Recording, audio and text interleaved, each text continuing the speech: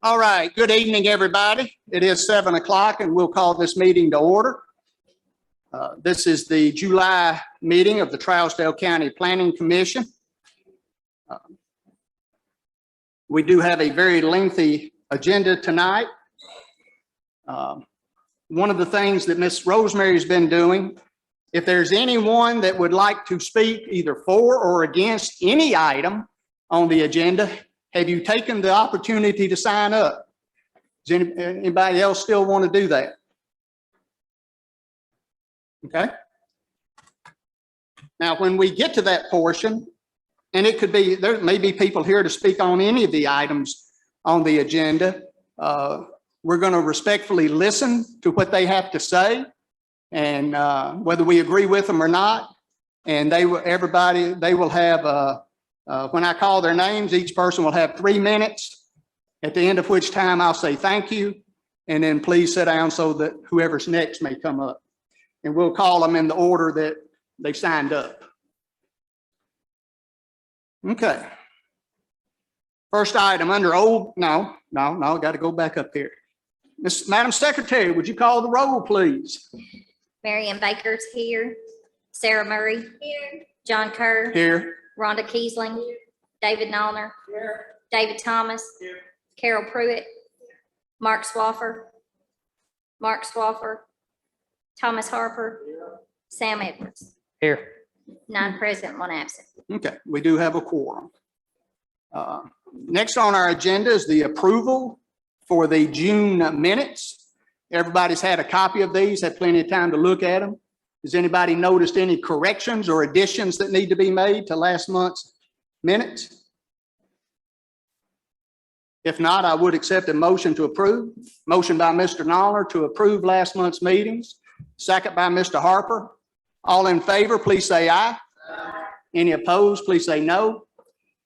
Last month's minutes are approved. I'm not aware of any other changes to the agenda other than what's here. Correct. Okay. So the agenda that you've been given is the correct agenda tonight. No new additions or subtractions. Old business, item number 1. This is a sketch plat by Fleming Homes LLC for Freedom Farm subdivision of 16.21 acres on Tempelo Road and Bass Road for 6 lots in the 5th Civil District. If whoever's here to speak for Freedom Farm subdivision, please come forward. Make sure that mic's turned on, please, sir.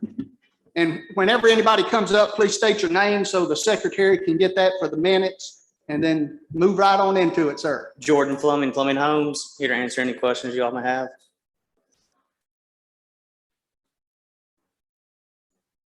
Might want to just refresh us on what you're doing.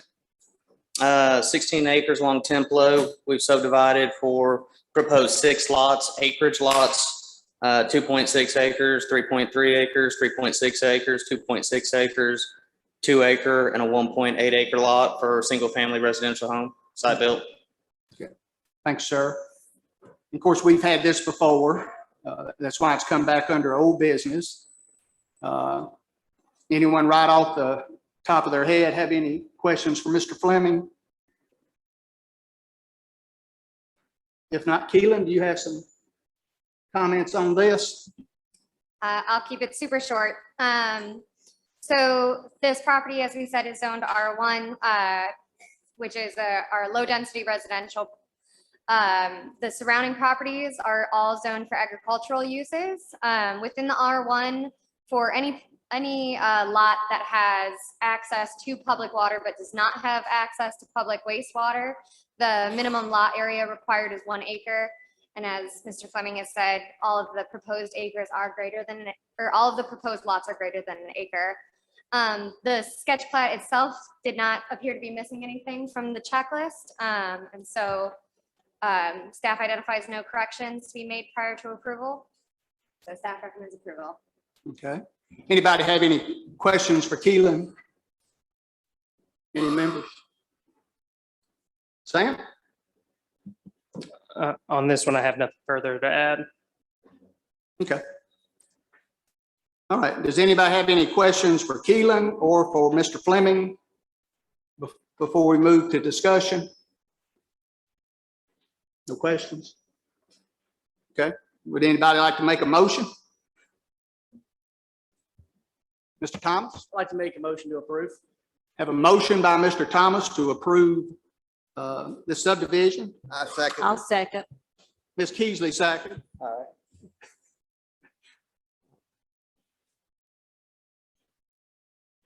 All in favor, please say aye.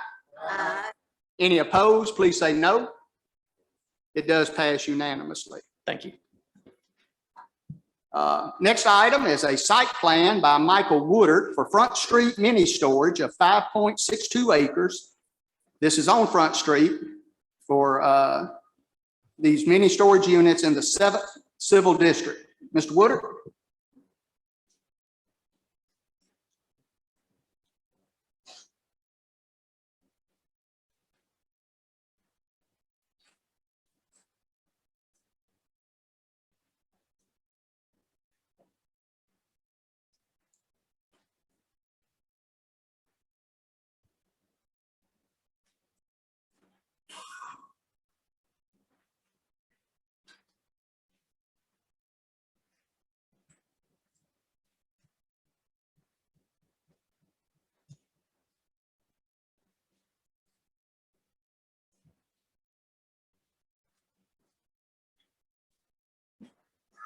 I'm not Mr. Woodard, but I'm Jared Claiborne, the engineer on the site plan. Okay, thank you. You get that, Mary Lynn? All right, go ahead, sir. What we're doing on this one is down here on Front Street, backs up to West Main Street as well. Just some mini storages. I don't have a specific number of mini storages, but square footage wise, you're looking at about 4,600 on the gross building addition. So, and the reason why I don't have the mini storage sizes, I don't have the owner kind of pinned down on what size units he's doing yet. So, Is this is the one that's going to be part mini storage and then part apartments? well, we're going to have the property next to it that's going to be apartments. But it's a they're separate piece. Okay. It's a separate piece of property. Yes. Okay. Okay. Okay. Ms. Keelan? As we've discussed, it's 4,600 square feet proposed for a mini storage development along Front Street. The parcel is approximately 0.48 acres and is zoned C2, which is a commercial zoning. The surrounding properties are zoned for commercial and residential uses. And mini warehousing facilities are a permitted use within the C2 district. As far as the site plan itself, so it does look like one of the comments has been addressed. So disregard comment B that the parcel number was incorrect. But we have asked that they show the location of any existing treed areas. And that is to ensure that the landscaping frontage requirement is met. We would just want to make sure that the location is screening off of West Main Street. But that was the only comment that we had. So I might suggest to any commission member that might include that in, if they want to make a motion at some point in time, to make sure to take care of that comment. Any questions for Keelan from any commission members? You got a question, Mr. Noller?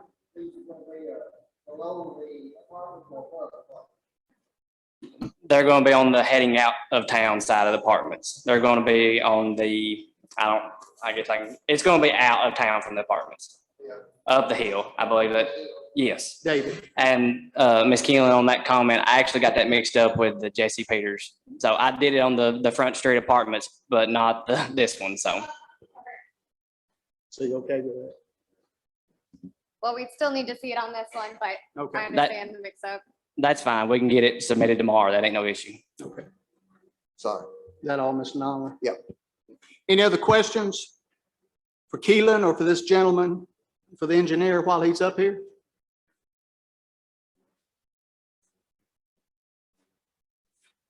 Any discussion? Sam? Keelan covered the concern on the vegetation. So if a motion's made, y'all can add that to the motion. All right, commissioners, any questions, discussion? Do I have a motion one way or the other? I'd like to make a motion to approve pending further approval of the vegetation. Okay. I have a motion to approve this with the addressing of the comment that Keelan discussed in her comments. Do I have a second? I'll second. Second by Mr. Thomas. Any other discussion or questions? Seeing none, all those in favor say aye. Any opposed, say no. The site plan does pass. So you said you were here for Jesse also? Might as well just go on then.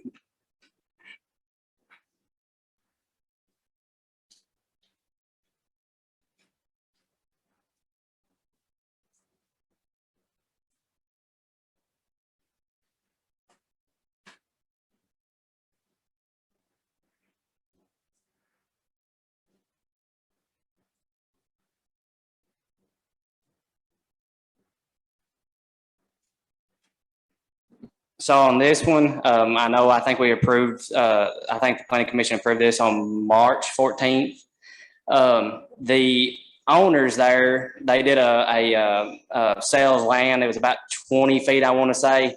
And what it was is the apartments had a really large and tall retaining wall. I think we was looking at 14 feet.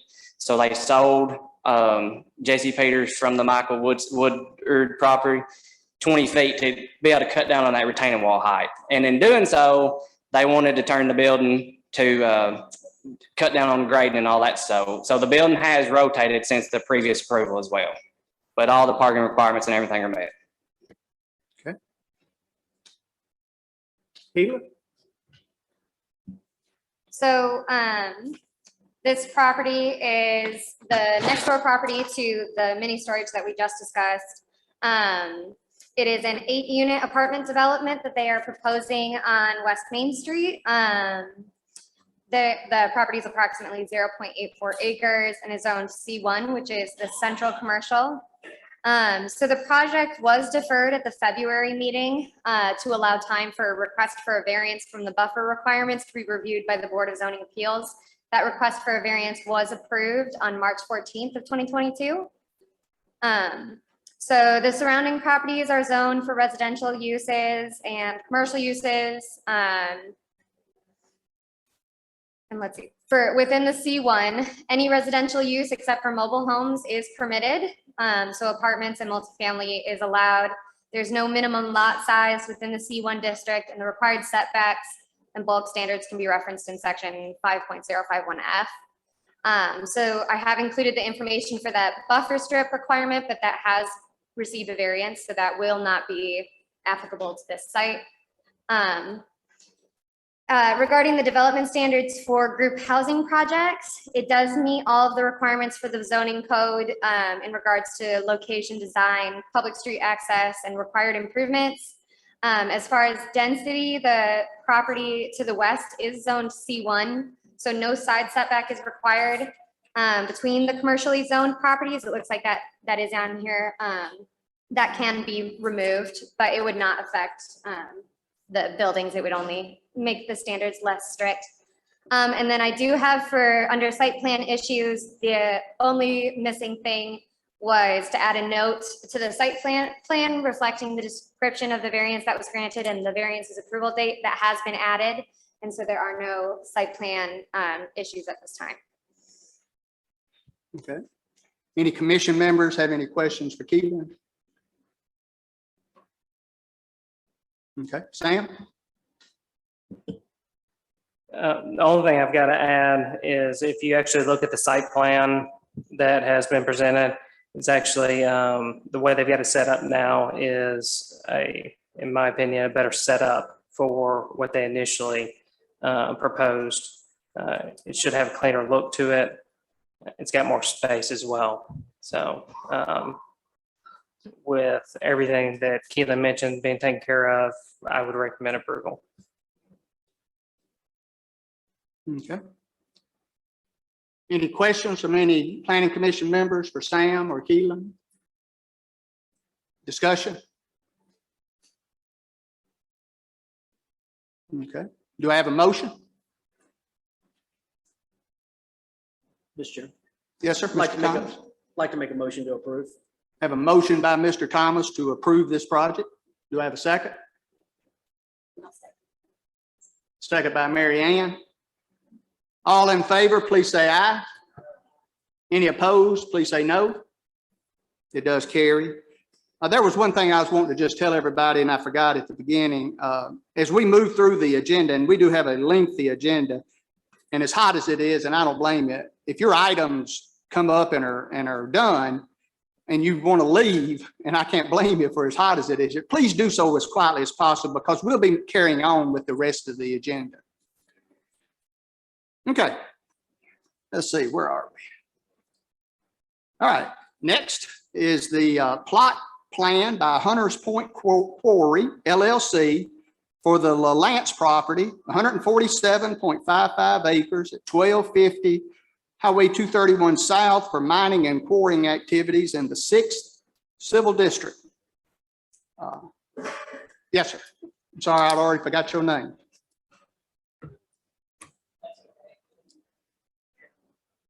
Yeah. Thank you. Good evening, Mr. Chairman. Joshua Denton here with Monica Connolly of Frost Brown Todd on behalf of the applicant. And I know we're here on a deferral from last meeting.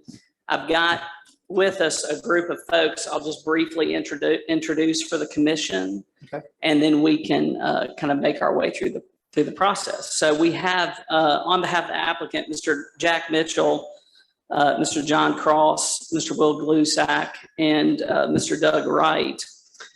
We also, and Mr. Matt Lamb, who's an engineer, all here on behalf of the applicant. We also have from the Kalinas group, Matt Mounsey, Tracy Mounsey, and Mark Stevens. We have an environmental scientist, Mr. Shane Boring, with us. On parking, traffic type issues from Kimley Horn, we have Ms. Kennedy Adams. We have Peter Falkenberg, who is an engineer and also has had approximately 40 years of experience with TDOT previously. We have Mr. Stephen Cotton, professional engineer as well. Mr. Jeffrey Straw of Geosonics, who can speak to blasting questions tonight. Lauren Wells, who's an archaeologist with New South Associates, who is here to be able to speak to and address issues regarding the contention that there are potentially grave sites on the property at issue. And we have Mr. Richard Kirkland, who of Kirkland Appraisals, who can speak to valuation issues. So all those folks and others have submitted reports that are in the record before this commission. We've given you all two big thick binders of expert reports, and materials have been filed since really May 9th, before the close of business through even yesterday. We were submitting some additional information in support of the application. So I'll reserve the right to bring up any of those folks to the extent there's information that's helpful to the commission, or we can answer questions, particular points come up. And we'd like to reserve the right to respond to any citizen comment as well. Kind of as a threshold matter, we're back here today on a plot or site plan application. And under Trialsdale, the Trialsdale County ordinances, that's a pretty limited set of information that this commission needs to confirm has been met in order to approve the plot plan. And that's set forth in the ordinance under section 3.080, the plot plan requirements.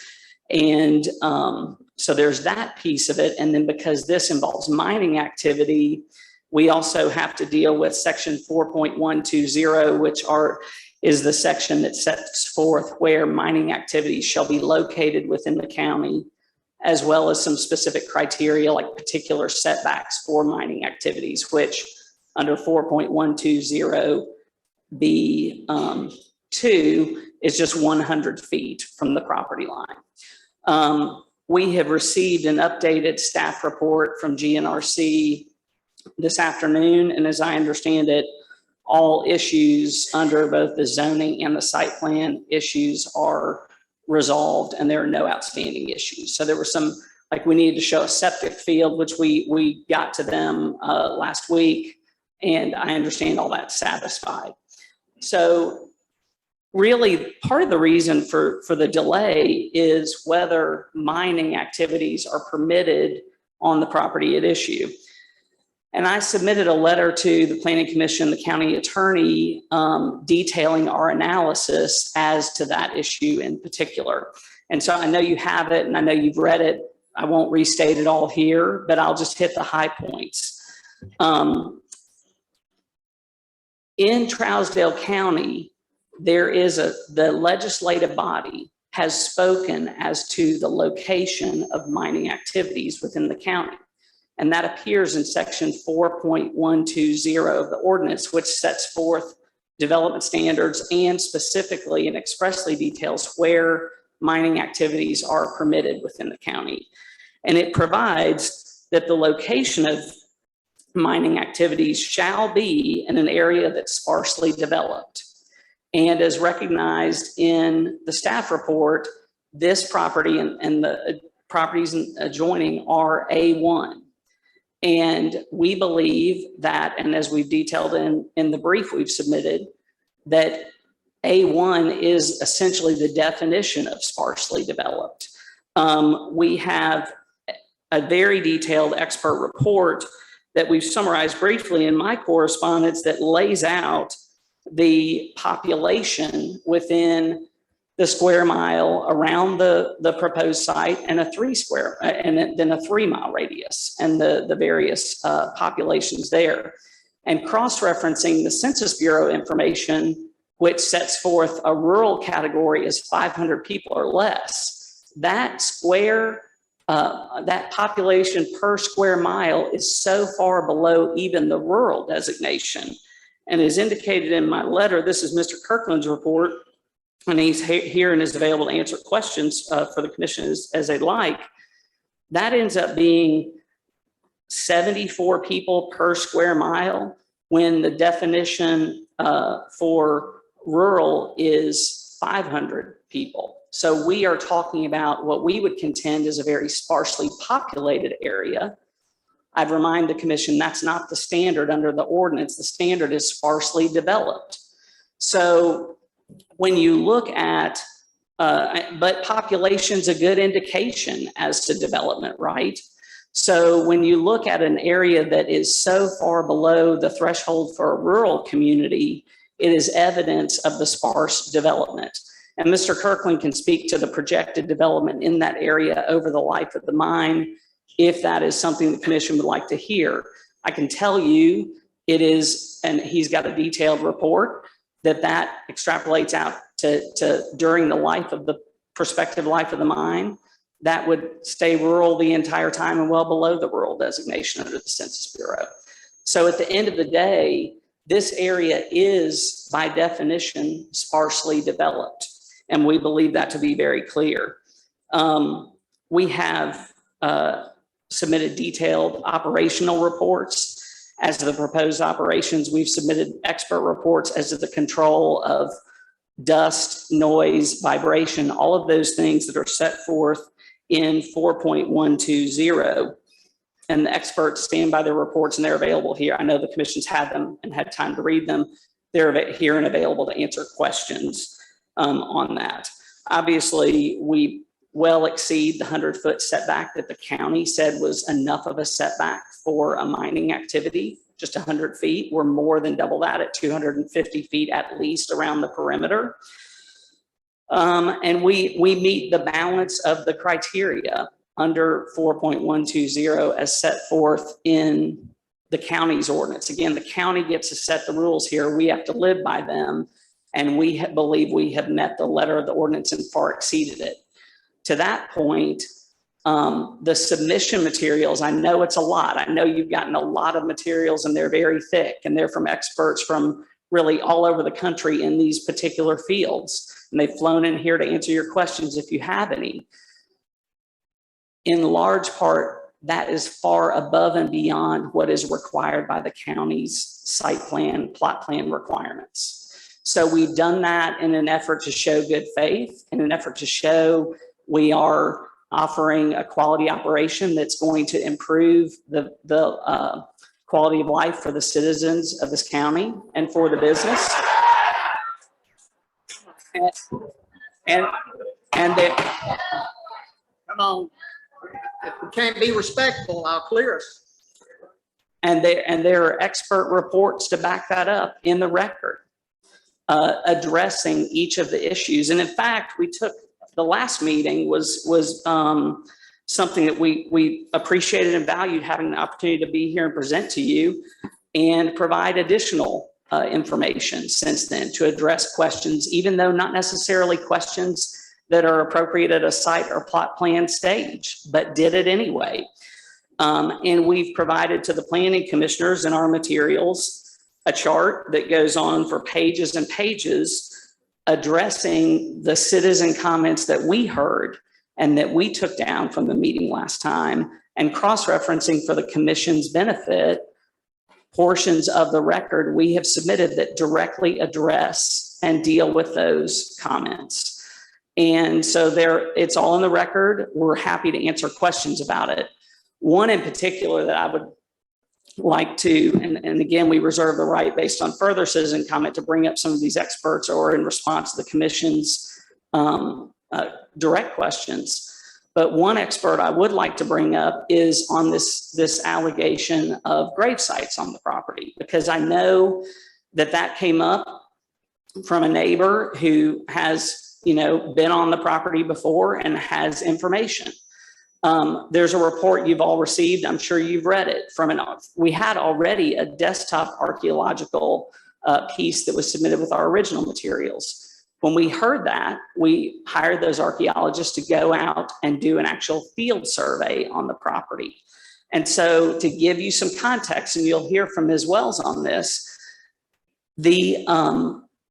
what we heard was that there were graves in the proposed pit site 1 and the proposed pit site 2.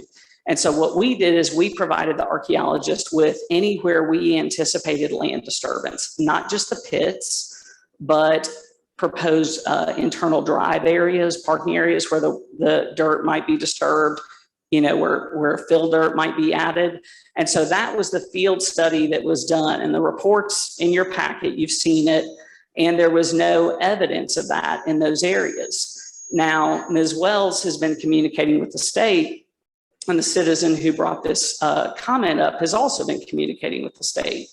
And it was just today that we learned additional information as to that. And so Ms. Wells went out this afternoon with additional information, and we're happy to report actually located what we understand to be the 2 proposed sites that the citizen identified. They're not, as I understand it, in any area that would be subject to disturbance. They're well within buffer areas. But I would like for Ms. Wells to be able to speak to that briefly, because Sure. She literally came directly from the field on that. Mr. Thomas? Before we go much further, I think the main thing that we need to get through first is the legalities that I brought up on the last meeting, and find out if this even should go in this area based on our ordinances. I haven't heard anything from Mr. Beller yet on. Well, we're kind of getting ahead of ourselves there. Well, if it doesn't go into any of the areas that we have, We'll then get to that. it's mute. We'll get to that. Go ahead, sir. Bring Okay, up, great. I forgot who you said, but go No, ahead. that's okay, Ms. Wells. It's okay. For the record, my name is Lauren Walls. Whoever needs to write that down. I did receive the information provided by Mr. Armstrong today. We were like ships passing in the night early on in here. So my initial effort, I looked in all of the areas that are supposed to be ground disturbed, and there's no indication of cemeteries there. Alas, I went out this afternoon and crawled through the bushes and found a looted Native American stone box grave cemetery well outside of the quarry pit but just within 90 feet of the edge of the 250-foot buffer. It's clearly been looted for many years, and not sure if there are even bodies still in there. But the other site is an African-American enslaved persons cemetery with about 20 to 25 burials in it. It is also within the buffer zone. Does anybody have any questions? Any commissioners have a question about this lady's area of expertise? I have one. Sure. So, having discovered this, what, if any at this point, what plan is there to maintain those within that buffer zone and kind of keep them as they are? Absolutely. So there is no letter of the law outside of not disturbing a burial that any of these people involved need to apply to. But what we would do is do a detailed survey of both cemeteries to confirm that we know the full extent of them.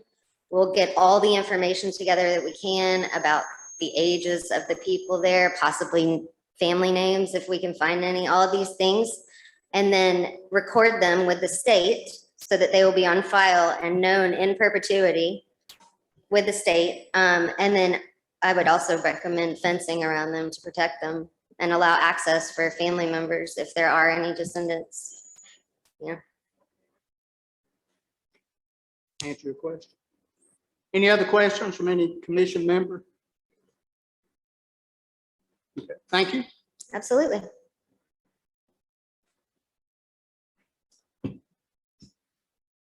Thank you. So yes, and those types of efforts are things that the applicant, I think, is more than happy to do, and is quite frankly glad that those areas, oftentimes with oral history, you hear of things and you can't find them. And so it's good that those have been located, and with that additional information that we learned just today. So from that standpoint, we hope that addresses that issue. And to Ms. Wall's point, apologies on the name, so many here tonight. The original field study of the areas proposed to be disturbed still stands, that they did not find any, after pretty extensive efforts, any indication of any other burials. So to the commissioner's point about the location of the mining activities and where that's permitted, we did detail that pretty extensively in the July 10 submission to the commission, citing the case law and authority on that point. But I guess our position, to summarize it briefly, is the Tennessee Court of Appeals quite a long time ago held that exclusionary zoning, and that's where a county prohibits the operation of a valid and legal business, is presumptively invalid in Tennessee. And so to the extent there is no zone, as we all know and have detailed, that specifically speaks to mining activities in those terms in the various zones. What we do know is that from a statutory construction standpoint, you read an ordinance or any kind of legislative scheme such that you don't render parts of it meaningless. And so if the position were taken that mining activity is not allowed in any zone because it's not specifically referenced, that would render the land development standards for mining, which go beyond setting standards. They don't just set standards like the 100-foot setback that were more than a doubling. They tell us exactly where they are to go in the county. And they use the terms, they shall be located in sparsely developed areas. So the legislative body did speak to where mining activities are expressly permitted in the county. So to take the position that because mining activities are not referenced by name in any zone, you would have to conclude that mining activity is not permitted in the county. And that runs afoul of the Tennessee Court of Appeals decision in Robertson. And then two, when you look at that, even The legislative body, it's not the planning commission's job to tell us where it's located, where these can be located, right? It's the legislative body, which is the commission, the county commission, has spoken. And they've spoken through section 4.120 by providing that mining activities shall be located in an area sparsely developed. They didn't have to say that. In other development standards within the ordinance's scheme, they don't tell you where those things are to be located. They don't call out that language. So you have to look at that and give it meaning. And to do so, because mining activity is not limited elsewhere to any other particular zone. We're all aware of the ordinance that is before the county commission now that has not yet passed. That would restrict mining to particular zones. That doesn't apply to us. Our application was filed prior to that. So you look at what it was at the time we applied. And there was no particular zone anywhere in the ordinance that set forth the words mining activity. But there is the legislative body's directive that mining activity is permitted and it shall be located in a sparsely developed area. And so in keeping with the Court of Appeals decision in Robertson and other cases that follow that, it is we believe the only reading of the statute or the ordinance here is that mining activities have to track with section 4.120. And so the test for the Planning Commission is really to one, look at the site plan or plot plan requirements, which staff has advised we meet fully. And then to look at the land development standards. And again, it's laid out in that July 10 correspondence, but we believe that the property at issue is the definition of sparsely developed. And we've got the expert reports. While population is not the test, they support a sparse development depending on how low they are. And here they are so low as to fall well below the definition of rural under the Census Bureau.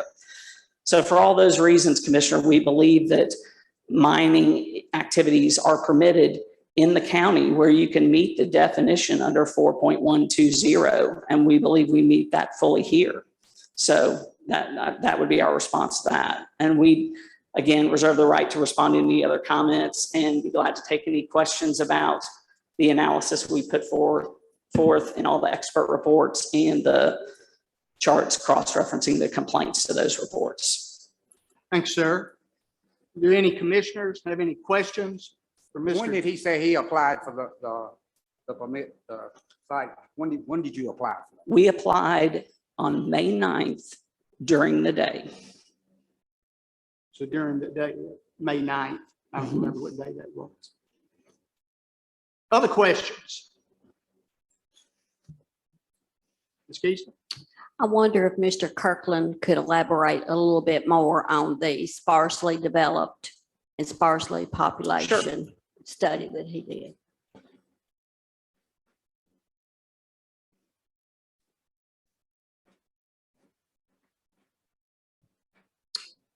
Good evening. What exactly would you like to hear? Did you get his name? Is there a projection for the life of the quarry? Sure. Looking at the census data, I use the Site to Do Business software package to look at. It accesses the US Census data, and I can do a 1 mile radius around the property. It shows projected, just for the projections for the Census Bureau, it shows for the next 5 years, a 1.84% increase per year over the next 5 years. Again, beyond that period of time, I just extrapolated forward using 2% for the next 50 years.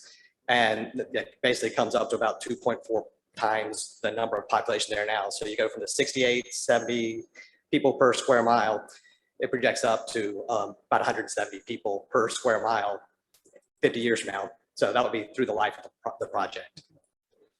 Mr. Kirkland, could you give us your first name so Sure, the sure. secretary can get it? My name's Rich Kirkland. Rich Kirkland. Ms. Keesler, did that answer your question? Thank you, sir. Thank you. Anybody else have any questions for, yes, sir, Mr. Thomas?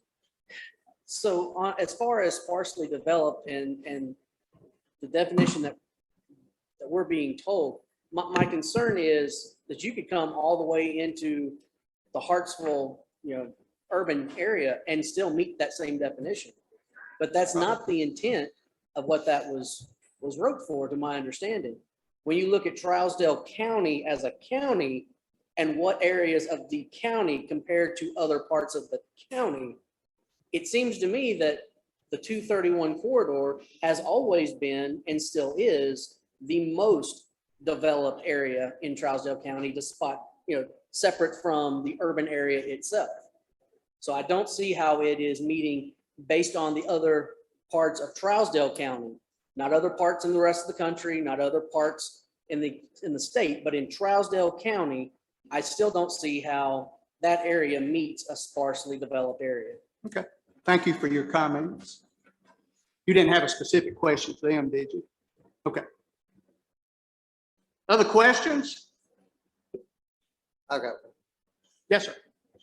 Speak Yes, into sir. the microphone, please, Mr. Knight. Your explosives expert, bring him up. Yes, sir.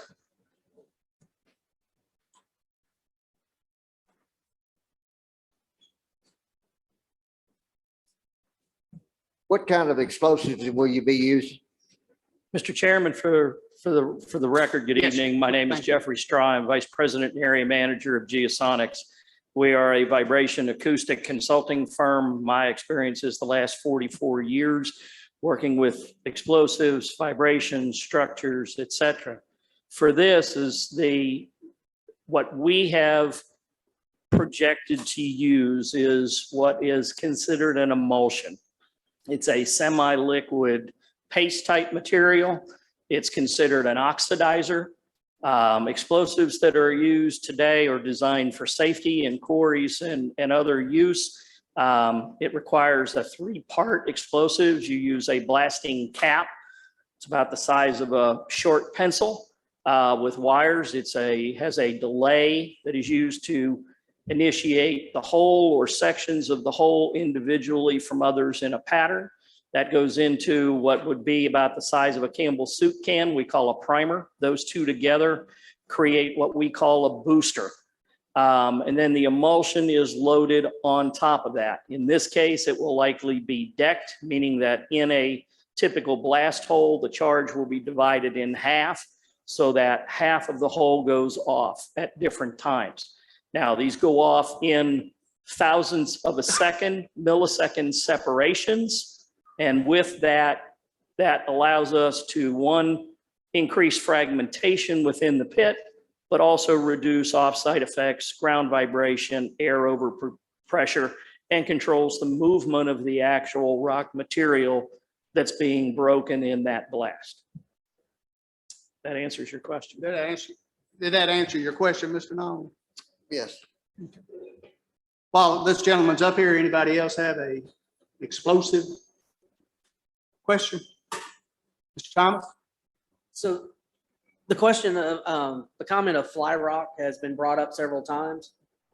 With this type of explosive, what are the incidences of actual debris coming from the pit area? Nothing is zero, but it is extremely limited. I looked and unfortunately I was here not last time, but one of my folks was. I did watch the meeting and I did take a review of all of the issues and concerns about the fly rock. All of those that we looked at were related to construction blasting. It's a totally different type of work.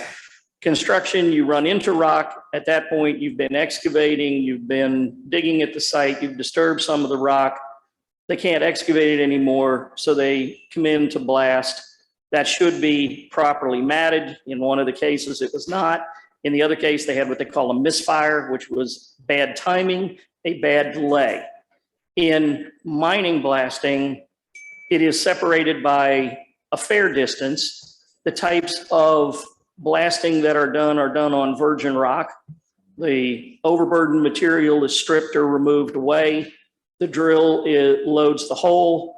They are of a sufficient depth that we have what we call stemming on the top. It is an inert material. Typically, it's small rock, drill cuttings, but that is used to hold the explosives in place. The key to drilling and blasting properly is making sure that the gas pressure that we generate from the decomposition of the explosives goes into the rock sideways and moving that rock. Typically, shots that produce fly rock or what we call lift shots. They try to hump things up. For that, the quarry here will be using mats to control that. Those are typically very few. I've been doing this, I'm now in my 45th year. I've been doing this throughout the East Coast. My office is in the state of Florida. We blast every day in the state of Florida. I can't tell you of the last time I know of a fly rock issue. Between there, North Carolina, Atlanta, we have an office with our sister company here in Nashville. The issues that relate to fly rock are typically construction blasting. The safeguards here and the design of the blast is significantly different to help preclude this issue from occurring. But like you said, there's no such thing as zero. There's nothing in zero, I but agree. Just making that based clear. on everything that anybody does in this industry. Right. And I hold a user of explosives license in the state of Florida. So anytime you do this, the first thing that you do is provide safety, not only for the neighbors, but we have people on that site. So we don't want anything going anywhere outside of that individual blast pattern. So that is, you know, it's not zero, you're right, Mr. Chairman, but it is certainly something that we strive to make sure we do properly and safely. And I think that's a good point you made, is the safety of your employees is paramount also. Without question. Mr. Thomas, did that answer your question? Any other questions for this gentleman? I have one. Mary Ann? There's been some questions about property owners. Could you go a little bit into detail about their assurances that Hunters Point gives the property owners, surrounding property owners? I'm sorry, say that again. I'm I didn't sorry. hear you. I'm having just a little hard time hearing you. I There's- apologize. There's been some question about people, property value, property damage, property values going down. And I noticed in my material, it says that Hunters Point will provide a written property value guarantee to neighbors who request it. Okay, you asked a kind of a three-part question. I can answer one part of it. Well, I didn't know if that was your area. Well, the damage part is what we deal with. I deal with the vibration that is produced. As I indicated in earlier, we take great steps to design the blast to break the rock. With that, as part of this process, there will be a pre-blast inspection offered. That is a catalog of cracks, defects, other items that is provided to the property owner and maintained by the mining company, so that if there is ever a question, there is an opportunity to look at that and see if that actually happens. I deal with this every day. There are standards that are nationally known. They have been incorporated by the state of Tennessee.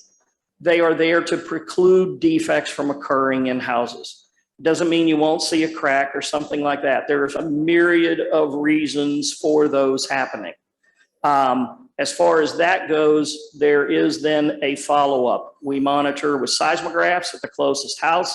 There will be at other locations throughout all of that, and to evaluate those ground vibration levels. One, to make sure we're targeting a level of about 0.2 inch per second, and how fast we measure the ground motion. The standard for the state is 0.75. So we are significantly under that level, which would help preclude any potential for damage. As far as the others. Did he answer that, or do you need another one up there? That's fine. I think you got it, sir. Excellent. Thank you. Thank you. Anybody else have any questions for this Yes, sir. gentleman? He mentioned seismographs. Will they? One more, sir.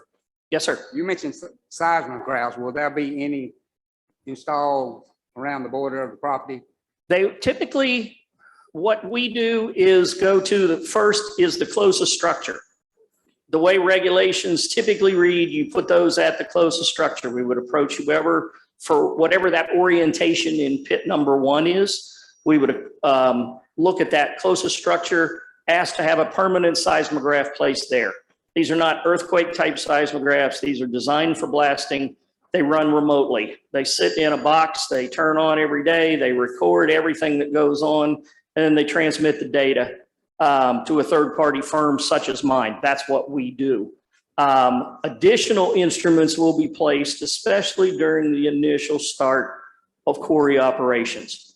We typically do a single hole blast so that we can assist the blaster in timing using those blasting caps and timing delays.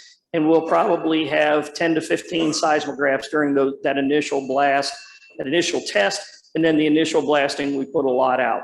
And then after we know what the geology does to the vibration, then you reduce those to the closest structures. So there would be one likely to the north. I know there's structures to the south, and then there are some to the southwest that would probably be at this point in time key areas for vibration monitoring. That answer, Thomas? Other questions for this gentleman? He seems to be popular. It's not me, Mr. Chairman, it's the topic. You're exactly right, sir. Anybody else? Thank you. Thank you, sir.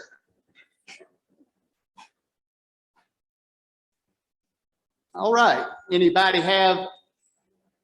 members have any questions for Mr. Denton, or again, any of the experts he has? Yes, ma'am. Could you go over how many meetings y'all have had to discuss this topic within the county? A lot. Exactly. Yeah. And Yeah. I know of at least 3, and I know there was, I don't know what your turnout Are you was. talking about in the county? Yeah, Here in the Trialsdale county, in the Okay. county. They've I'm had, just making sure I understand what you're asking. Yeah, we have had, I can't tell you the exact numbers. I haven't been at all of them. I've been at some of them. We've had a lot of meetings. There was obviously, we worked with the codes department on making sure there was access to the website that was placed to provide information. I think that I'll let some of the others speak to turnout. The turnout at the meetings I've attended has not been great. There's been, I think that we've gotten the word out through the codes department and made ourselves available. We're down here at the minute before the courthouse opened today, standing on the front porch, and then we've been in the hallway set up to answer questions and try to address citizen concern and comments. So I don't know. I don't think, if that answers your question, but glad to get the company reps up who've been up here as well. Is that good, Mary? yeah, I wanted it on record that they have had public meetings. I know I've been to 3 and the turnout has been extremely low as compared to what we have here tonight. No, Yeah. that's fine. I was Right. just, Right. Yeah, I would agree with that. There's absolutely been effort to meet the community. And I know there have been at least 3 and I believe more. Okay. Any other questions for Mr. Denton? Thanks, sir. Great, thank you. We'll And reserve of the right course, to respond. That's what I was about to Yep. say. Great. We're about to go to public comment, so if something rises, I'll holler at you. Thanks, sir. Yes, sir. All right, so we're going to start here on our list. Please remember, you're going to have 3 minutes. When I say thank you, your time is up. The only suggestion I can give you is 3 minutes may go faster than you think. So get right into what you want to say.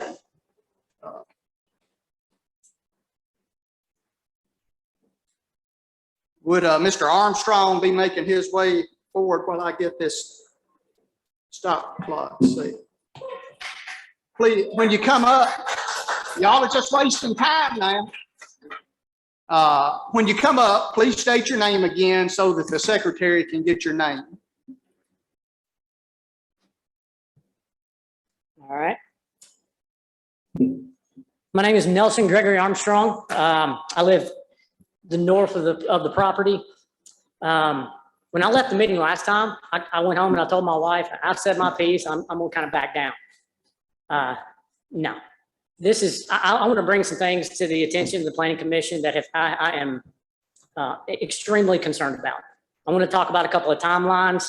Ms. Baker, I met with the gentleman on June the 7th for over an hour with Mr. Doug Wright and John Cross. So, please don't insinuate that we're not doing our own due diligence. I came to one of the county meetings as well.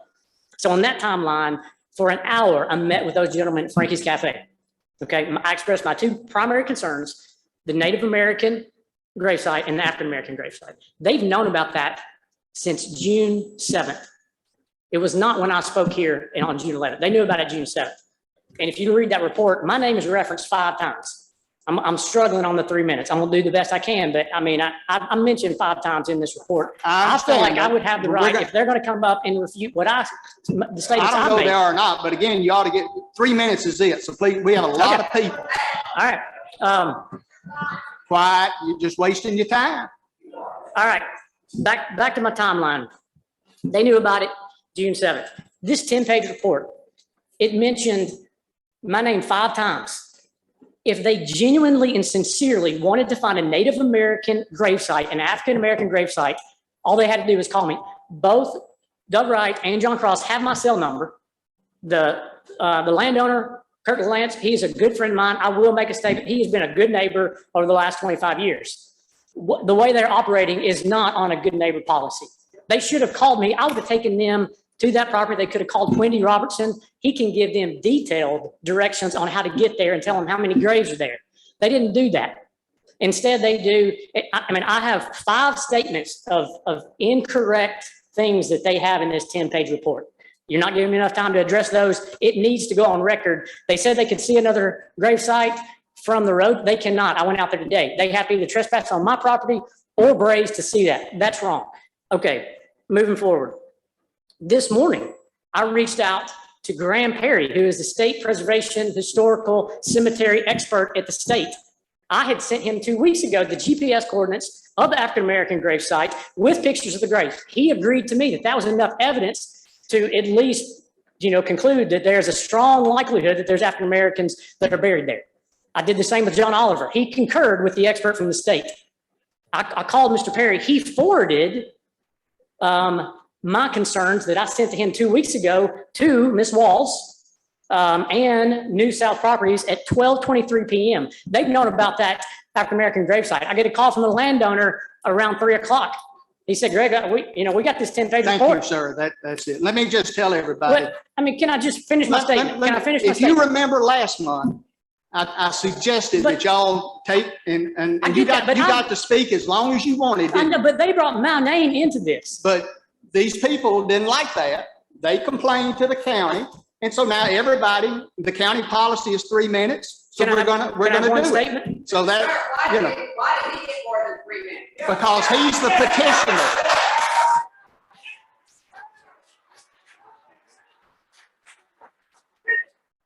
If I can make one statement, I'll sit down. Okay, hurry up. Okay, I want you to think, I've done extensive research. I spent 8 hours last night looking at every census from 1890 to the deplorable conditions that these individuals lived through. I mean, I have some statements from people that have talked about it. And these are Trialsdale County citizens that are buried there. I mean, that is important. It should be important to all of us. And then we did not regard their life with dignity and humanity while they were alive. We at least need to do so in the memory of their remains. Thank you, sir. Timothy Raines. Timothy Raines.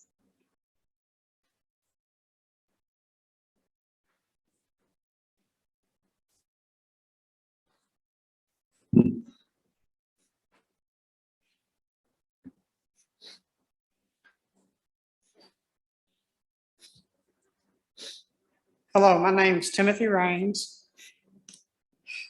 Thank you for giving me this opportunity to speak.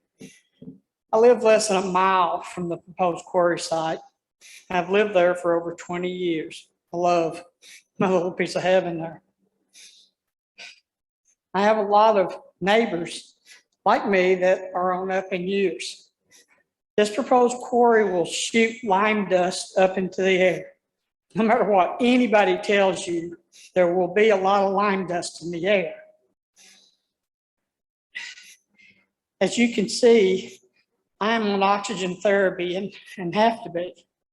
So one of the first things I thought of when I heard about the quarry is how it's going to affect the air quality.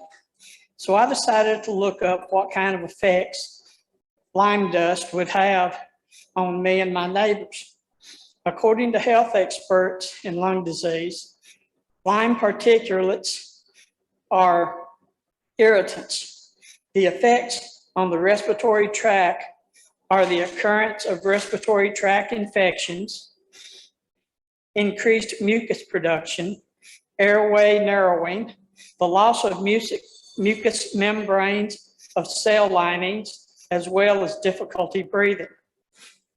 While this is a major concern for me and my neighbors, old and young alike, can you imagine the effect it will have on young developing ones? I know that we need rock quarries. We just don't need them in the middle of a thriving community. Placing one there would be a sin. Still, this is not my only concern. We must also look at things like increased traffic on 231, and then the fall and winter, and even early spring. When the fog comes rolling in off that river, I believe the quarry entrance in that narrow, hilly, windy little stretch of road would create a death trap. Now, added in 18-wheelers traveling at 55 miles an hour, school buses full of children, as well as hundreds of commuters. I just don't think it sounds like a good idea. Another concern is noise pollution, blasting a giant hole in the ground on this peninsula of land surrounded on three sides by water will not take long for them to get to the water table.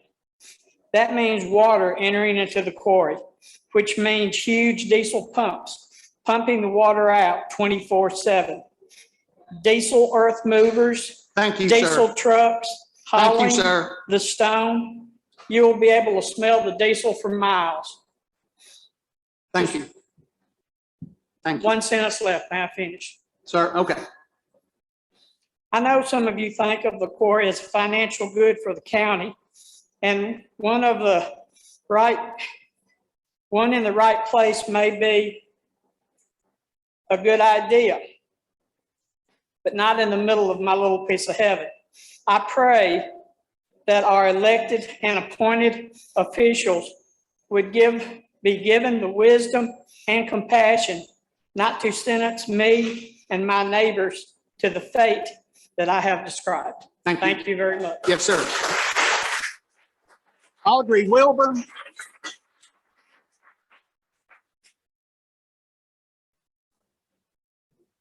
Audrey Wilburn. I'm just telling her your name, ma'am.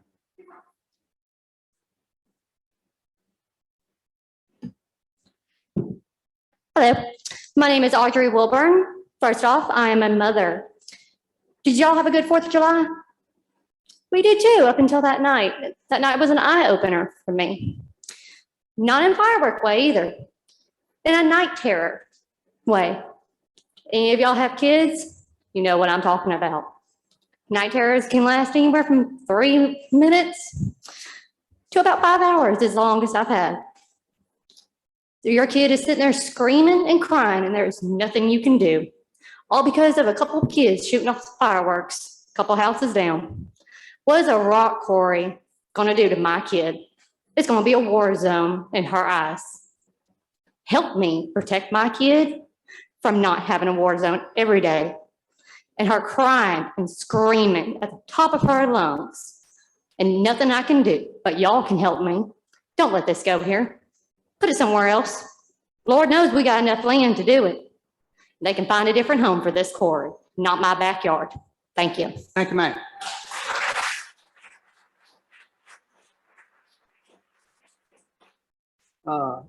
Mr. Coon, Dr. Coon.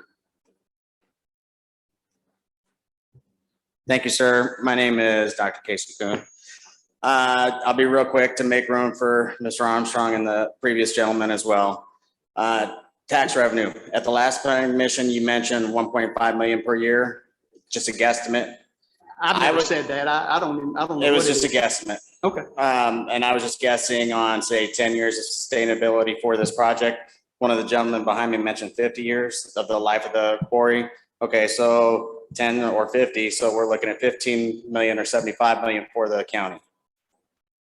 15 million isn't enough for a new school, a new jail, or other projects that are before you guys.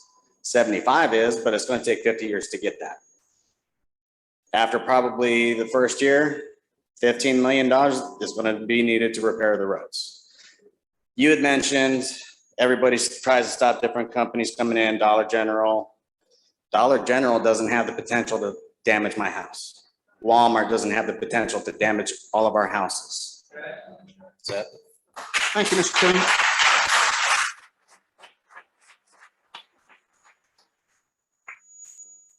Jamie Holly. Mr. Holly.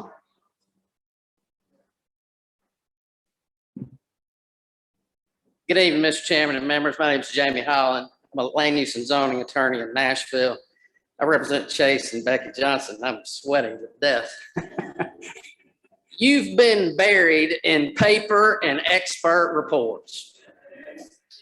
And if I was the applicant's lawyer, I would have done the same thing to distract you from what's most important to your determination. In the A1 zoning district, mining or coring is strictly prohibited. Those are my words. That's a zoning ordinance. This body lacks the legal authority to approve a site plan for a use strictly prohibited in the A1 zoning district. Them's the facts. Whether some other body in this county can authorize mining and coring use is not before this commission under this application. There's been some mixed up terminology. Oh, plot plan. Well, the agenda says site plan. I didn't write it, somebody else did. Here's where the rubber meets the road. I'd ask this commission to find that this area is not sparsely developed and reject the application on this basis, because the burden to prove that it is on all the experts and all the paperwork. Reject. You don't have legal authority anywhere to approve a use that's strictly prohibited. Thank you, Mr. Chairman.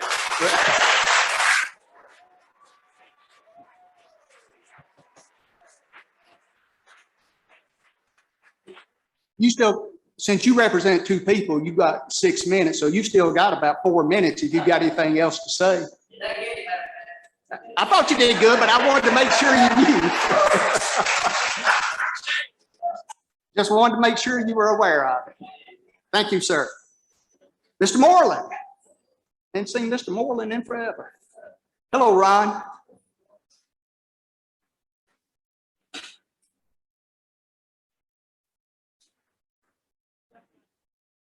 Mr. Chairman, Planning Commission, my name is Ron Moreland, and I'd like to ask for a rezoning of 0.21 acres on Stott Street. Wait a minute, Mr. Moreland. Yes, sir. We're on the wrong item right now. This is all about the quarry. These people that have signed to speak, you're at an item later on. I'm sorry. Okay. We'll get to you when we get to your item.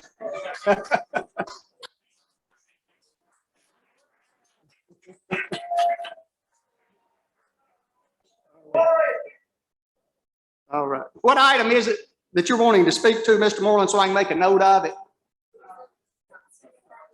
Stott Street rezoning? Okay.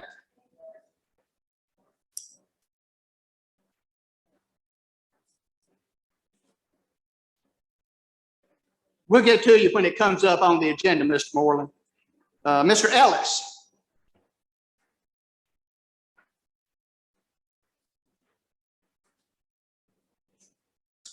My name is Nate Ellis. Appreciate the service of the commission members and letting us speak. I do not live anywhere near the proposed site for the rock quarry, but I am a resident of Trialsdale County. There have been a number of arguments made in favor of this that include items like additional revenue, jobs, and better prices for paving materials. I have listened to the concerns of those who are against and those who are in favor, And I want to state why I believe this project should be unequivocally rejected by every member of this commission. Ultimately, what we are considering boils down to what kind of county government we want to be. Do we want to represent the people of the county who fund the government, or do we want to primarily advocate for industries who do not live and are not raising children in this county? Almost universally, anyone that lives within several miles of this proposed site is passionate and fervent in their opposition to this. Those who are for it, I have spoken to some of them, they are not raising money to promote being for it. They are not, the very few are here tonight. They are not attending meetings because they do not live near the site proposed.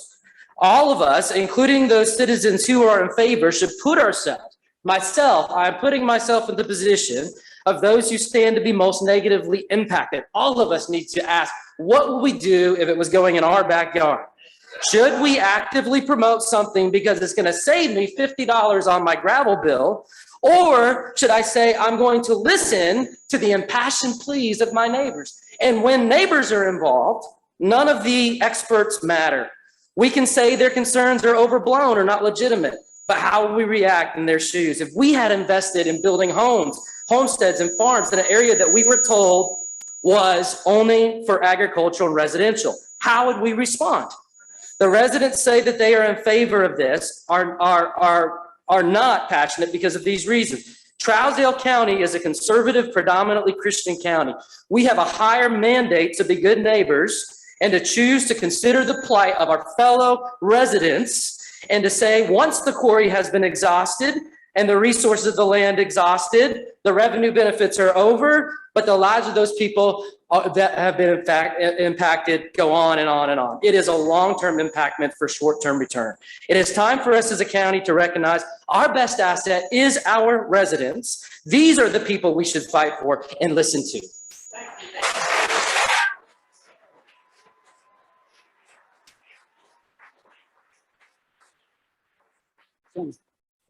What's that?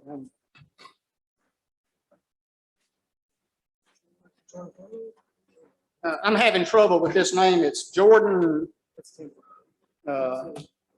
Jordan? No, that's temporal. That's Quarry Road. Okay. Okay. Who's, Mr. Woods. Mariana, Steve Woods. I just got a message from our IT person. She suggested that if you'll turn your mic off when they're talking, that'll help with the feedback issue. My name's Steve Woods. I've been shooting powder for over 40 years in this state and every other state in the United States. What I'm going to say, this is going to matter because I can tell that most of y'all don't care. Y'all have made your mind up that you want a quarry in. Who's it going to benefit? Do you make enough money to supply this county? No. So you're going to have to ship it out. But these people out here got homes. He says it's sparsely populated. It doesn't matter whether it's sparsely populated or not. They're homes. Could be your home. As for the explosives that they say that they got, that they ain't going to cause no effect, that there's no records of quarries causing damage. Lawrenceburg, which is Rogers Group, many accidents. I know for a fact because I was there. Downtown, out there at Rogers Group that's sitting off of in Nashville, West Nashville, they have the same accidents. Emulsion's not a safe product. If you've got seams, caves, anything of that nature, it's going to fill it up and it's going to go nuts. Safety is one issue on it. But if you ain't got someone there and if it says it takes 25 pounds for that deck that he's putting into it, and that blaster's not paying attention, puts 50 in there, I guarantee you're going to have a fly rock. And if these homeowners, whether 800, 900, 1,000 feet, that's a concern. But they've got plenty of legal people to sit up here and tell you that nothing's going to go wrong. It don't take but one time of hitting somebody, hurting somebody, and that's on your hands. Because you're going to put something in because, well, it's a few homeowners right there. It don't matter. The census doesn't matter across the United States. We're in Tennessee. The rock in Tennessee is not the rock in Florida for geosonics. There's seams, there's caves. Tennessee has some of the roughest rock other than North Carolina and South Carolina, which is granite. So without doing a better study, you're not going to know what you have. As for the cemeteries, that's wrong period, no matter what it is, whether it's in the right way or the wrong way. You know, those are burial sites. And according to Tennessee law, you're right. If it's not maintained for 30 days, whatever, it don't matter. They can go dig them up. How would you like your family dug up? How would you like your house tore up? Don't take but one rock to hit one of your kids or come laying over there. The blasting mats can do the same thing. I've seen it. Been in Texas many times. Thrown over 4,000 feet in a quarry. Destroyed brand new homes. But Mr. Geosonic says it don't happen. Now you tell me, how would you feel about that? I don't have anything. I'm just telling you, you better look at what you're doing before you start something that you can't finish. Because there's a lot of lawsuits and there's going to be a lot of people that are getting hurt. Safety is one thing, but you better stay on top of it because MSHA is going to be on top of you and it's going to be a whole lot more than you can ever think about. So I'm here for the people. Maybe you ought to be for the people instead of what you're looking at just money-wise. That's all I got to say. Thank you.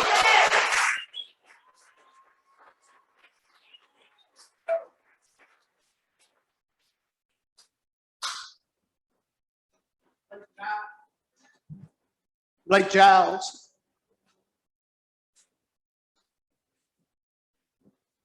All right, my name is Blake Giles. Ask God, what do you do, God? And he says, well, what does my word say? And he says, look into scripture and I'll tell you. And I know that the government doesn't operate on God's way because they took him out a long time ago and that's what's wrong with it. But I'm going to use the ordinance's words to prove a point. Article 1, enactment 1.030, the purpose, public health, safety, morals, convenience, suitability, order, prosperity, general welfare. The commission voted 18-2 to say no because I knew it was wrong and everyone here agrees. So the purpose of this is to ask each one of you members of this planning body, do I meet these statutes? A through J is 10 responsibilities. A, enhancing the character, stability of residential, business, commercial, and industrial areas. It says nothing about agricultural. Why? Because you have to have permission to zone something outside of agricultural. It is the basis on which we zone everything else. It is God's country. It is currently zoned agricultural. There is no debating that. You look down B through the rest of them. We've had so many people hit on these points. It's incredible the argument they're making. You just have to read it. What does the ordinance currently say? Agricultural use, all forms of agricultural provided, this is Article 2 definition, provided that all appropriate laws and regulations are complied with. Appropriate laws would be TCA. TCA 43.1.113, definition of agriculture, farm products. It does not include mining, ore, rock, stone, none of it. For regulations, that would be special conditions, special exemptions. It has to promote the public health, safety, welfare, so on and so forth, the special provisions for A1. Now, there's other definitions in there, such as development. It says any man-made change to improve or unimproved real estate. It says mining, dredging, grading, paving, excavating, drilling, filling. Agricultural activities such as plowing or cultivating and gardening activities are not included in this definition of development. Why is agricultural listed in this definition specifically? Because it's understood that mining is an industrial-based practice that needs to be governed by developmental restrictions that are in direct conflict with areas commonly used for agricultural purposes. Noxious matter is in our ordinances. It says material that is gaseous. It says liquid, solid form that is capable of causing injury to organisms, chemical reactions, or detrimental effects upon social, psychological well-being, or the economic growth of the community. It's clearly in there. The definition of mining, TCA 5910.101, it has farming in it and says it is excluded. Agricultural says the development of non-rural in nature. This is a fallacy. The burden of proof is on them. He said stoneware should be included in that. Stoneware is clay. Stone products is coring by definition. If you don't understand that, you're purposely trying to misinterpret it. The problem is that the logical fallacy says that we have to prove something different. The reality is that if you look at this, mining, processing, mineral processing is currently in the Hartsville ordinances under industrial. So why is it that it's industrial in the Hartsville ordinances? We're a metropolitan government and it's not there for the county. If you look at industrial areas, it says objectable nature, heightened levels of human, this is my last statement. Okay. Human noise, okay, heightened levels. This is the definition of intermediate. We're saying that we don't know where it goes. We do know where it goes. A sign doesn't say no shoes, no shirt, no service, because it's understood you wear pants. It's understood this doesn't go in agriculture. It says heightened levels of human noise. This is why they have blasting restrictions in place. It says odor. This is why there's fuel, diesel, and mechanical operation. Statement. Please hurry up, sir. Okay. Airborne pollutants. Pollution by definition is noxious material and effluent which is susceptible to leakage. The point is, it does say where it goes. And if you read 8.130, I encourage everybody to turn there. The interpretation says that the more restrictive ordinance takes precedent. And the more restrictive ordinance is that this mining and quarrying operation has to abide by those. Look it up, 8.130. That's interpretation. Thanks, sir.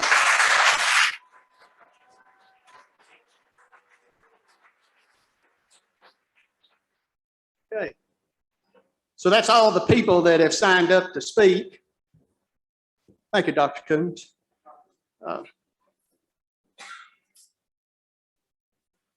Okay. Commission members.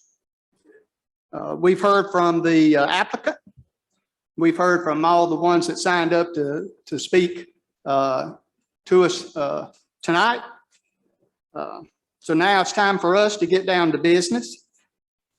And it's time for me to let each one of you know that our legal advisor has informed me, we've talked several times over the past few days, and it is his interpretation of our zoning regulations that this does not fit in an agricultural district. So based upon his legal opinion, I can't see anywhere where we could pass this tonight. If you want to stay in here, please be quiet, sir. Now, that's up to discussion. You've got our legal opinion from Mr. Beller. And if anybody would like to discuss, ask. Mr. Beller's here. I don't have to speak for him. He can speak for himself. Any commission member have any questions, any discussion? Yes, Mr. Chairman. I want to know how we got a site plan and when, like you said, our rigs, we actually don't have a place for it at this time. The way I'm not sure I understand your question, Thomas. How did we get there? Seemed like we got the horse before the cart. Well, we may have. Cart before the horse. This process has been going on now for well over a month. And they had the opportunity to introduce a site plan, you know, themselves. But we just got our legal opinion from Mr. Beller within the last few days. And so, you know, it just takes time and that type of thing. So we might have got the cart before the horse. I don't know. That's something that if we did, that's something that we will look at going forward and try to make sure it doesn't happen again. That's a very good point. Any other questions? Sarah, you look like you've got a question. I could be wrong. Okay. Discussion? Do I have a motion? Ms. Fowler? Oh, wait a minute, Ms. Nolan. Mr. Dent? Yes, sir. Yes, sir. Just wanted to, you know, we've heard a lot of citizen comment and we've just gotten the legal opinion of the county attorney, which is news to us. So I guess what I would say is from the perspective of it's not permitted in A1, we just respectfully disagree.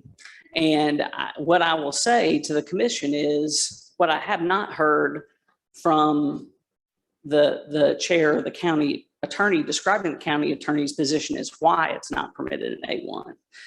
And if that is because it's not specifically listed out, it's not listed out in any zone within the county. And that is what we've laid out in great detail for the planning commissioners to consider tonight, because this is not as simple as looking in one place. And you have to give the legislative bodies intent of every provision meaning. And there's no question that mining activity is not referenced by name in any of the zoning districts within Trialsdale County. So if the position is quiet, sorry, let him talk. So if the position is that because mining activity is not listed in one place, it's not listed in any of the places. And the limiting provision of the limiting provision, sorry, I'll wait for the chair. The limiting provision in the zoning districts is very vague and does not cite back to the specific district provisions. So you have to give meaning to all portions of the ordinance. And if the basis for mining activity and opinion that mining activity is not permitted in A1, then that, with all due respect, runs afoul of the Court of Appeals holdings cited to this commission in Robertson that would be excluding mining from any location within the county. Of course, if the determination if the opinion as to A1 and whether it's permitted there is based on sparsely developed, that is a decision for the commission to make based on the evidence before the commission. And so I would cite the commission back to all of those expert reports that support the sparsely developed position. So again, we're glad to answer. There have been a lot of different comments made on the operations. Again, we've submitted detailed, extensive reports by experts, and they're here, and we're glad to answer questions on them. So I have not yet heard the recommendation from the planner or the codes official, which I have observed we have had on every other matter coming before this commission. Okay. We were about to get to that. I think Mr. Beller wants to respond to your question. Mr. Denton, with all due respect, I did read your brief or your letter that you had on the cases that you cited. I disagree with you on some of those interpretations of the Robertson case. There's also the Hoover case that's applicable, and there's the case out of Sumner County that I think distinguishes a bit of the Robertson case. I did take a very objective viewpoint of the zoning and the purposes of A1, and it was, quite frankly, it was trying to fit a round peg into a square hole for me. And it just wasn't there. And specifically, it's just not a permitted use. It's not a permitted accessory use. And on top of that, I don't think you can get there by a special exception. And so trying to read a mining activity and a related service that would fit into an A1, it just does not exist. I even went back so far as look at our comprehensive growth plan too.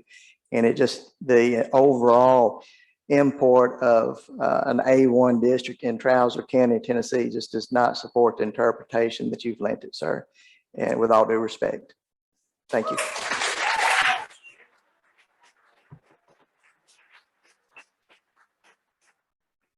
Okay. Did that answer your question, sir? I didn't say you agreed with it. I just wondered if it answered it. Okay. Okay, thank you. Keela, you have any comments on this? So my comments are regarding the plot plan itself and whether it meets the requirements set forth in the zoning ordinance under that previously mentioned 4.120, the development standards for mining activities and related services. This site or the plot plan that has been submitted does meet the requirements of the code in regards to location, setbacks, side slopes, and drainage. And the site plan or the plot plan is not missing any additional items. And so it does meet the standards of the ordinance. Thank you, Keelan. And of course, her comments are related. Her job is to make sure that any of these plans adhere to the particular portions of our regulations that address that particular item. Sam? So I'm here for any questions anybody has, but I need to add, we had a virtual meeting with TDOT about the entry location for the quarry. What came out of that meeting is that the TDOT's recommendation, if the site plan was to go forward with approval, was that acceleration and deceleration lanes be installed to TDOT standards and recommendations. So that blurb needs to be added to any motion. If it was for the quarry, it needs to say acceleration and deceleration lanes will be installed to TDOT standards and recommendations. Mr. Denton? Yeah, we have no objection to the TDOT standards, and we've confirmed that the acceleration, deceleration lanes referenced are able to be done within the right of way and the property at issue. So there's no objection there. One last point as to in response to Mr. Beller, on the Sumner County case, I would just note for the commission that involved a floating zone. And the question there was whether the argument by the applicant there was that the floating zone, which permitted the activity at issue, whether that would effectively prohibit a business from operating that activity based on the way the floating zone was put in place.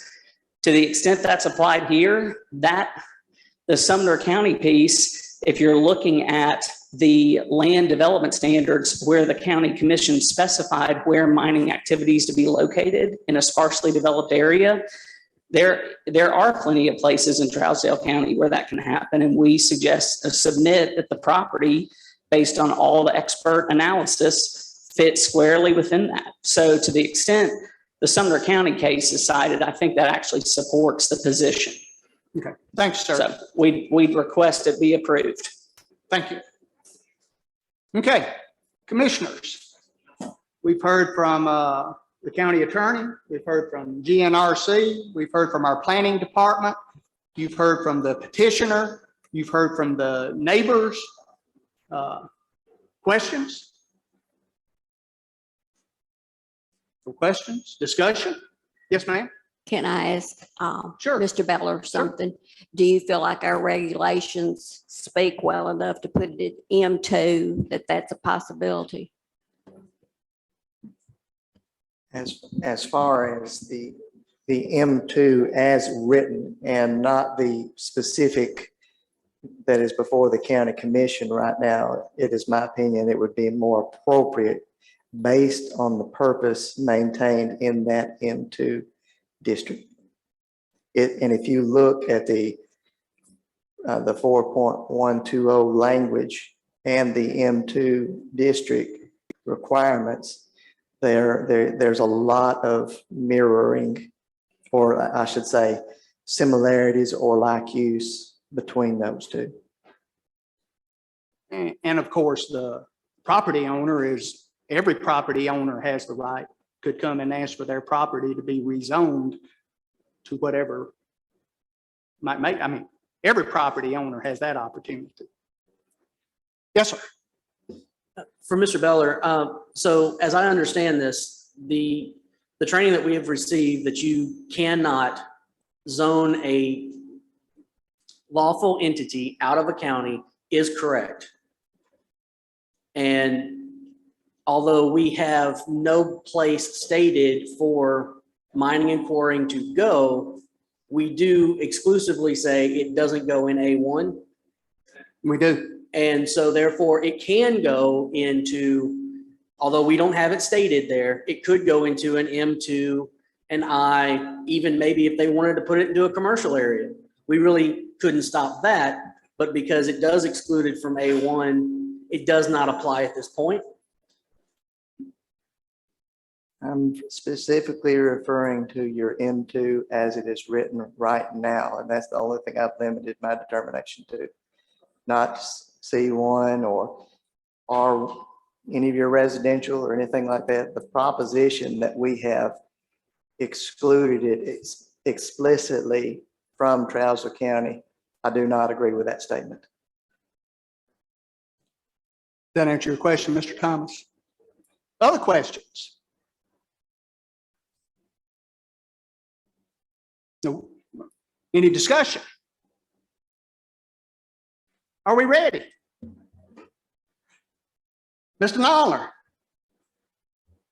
I make a motion to turn down this project because it cannot be going in an agricultural district. And what was that part you said needed to be added about? Huh? Only if it gets to approve it. Oh, okay, okay. So I have a motion on the floor to turn down this project specifically because our regulations do not permit it in an agricultural area. And I second that motion. I second that. Okay, thank you. I hadn't got that far. You kind of startled me. Second by Ms. Pruitt. Okay, any other discussion? All in favor, say aye. Any opposed, say no. Motion passes. Turn down.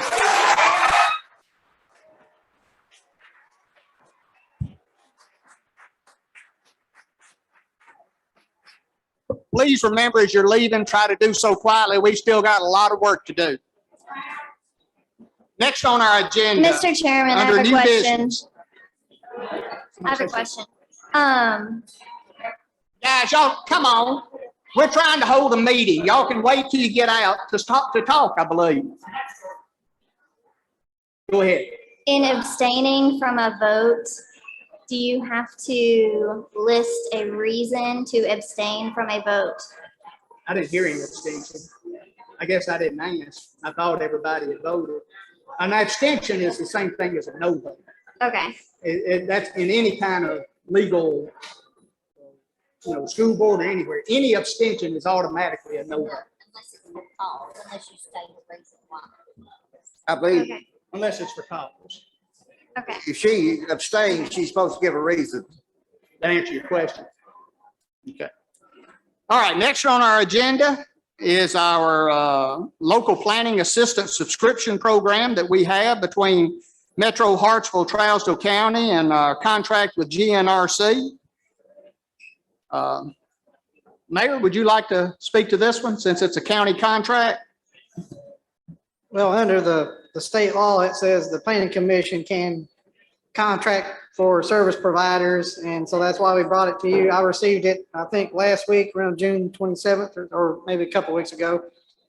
And I don't think, looking at state law, that I don't have the authority to just go ahead and sign it without the planning commission approval. The state law specifically says the planning commission has the authority to contract for services within the budget appropriated by the county commission or the county legislative body. So there is funds there for contract services, but given that language in the statute, again, speaking with Mr. Beller, it was our thought that I need to submit this to the county planning commission. Mr. Mayor, can you Hold hold on on a a minute, second? Mr. Mayor. Can y'all hear? I can't. Sheriff, could you kind of hurry them on up and where we can move on with our meeting? All right, I'm sorry, Mr. Mayor. Go ahead. Okay. There is a state law provision that says planning commissions can contract for planning services and within the budget appropriated by the county legislative body. Given that, and speaking with Mr. Beller, I didn't think I had the authority to go ahead and sign this contract without the planning commission's approval. So I submitted it for the planning commission to consider and decide if you want to do. If you do approve it, then I can sign the contract. And the mayor and I talked about this one day last week, and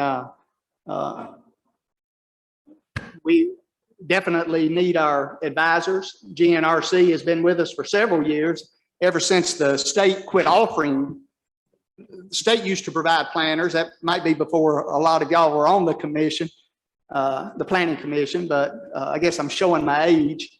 But since then, since they got out of that business, we've contracted with GNRC, and they have done an excellent job of providing us with comment, recommendations, making sure our site plans are all I's dotted, T's crossed and everything. And so it would be my recommendation that we extend our contract with GNRC. Questions, comments from the planning commission members? I make a motion to approve this contract.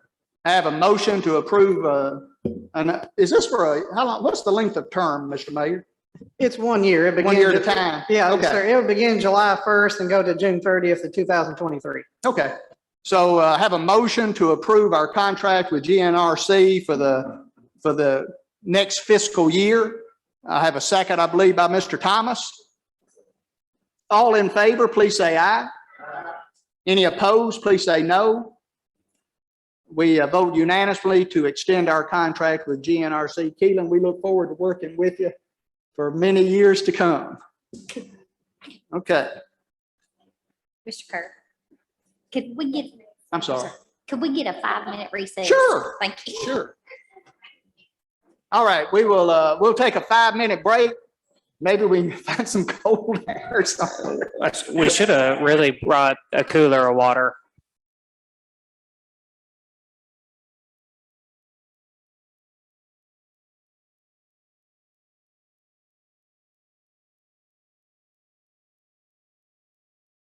Mayor,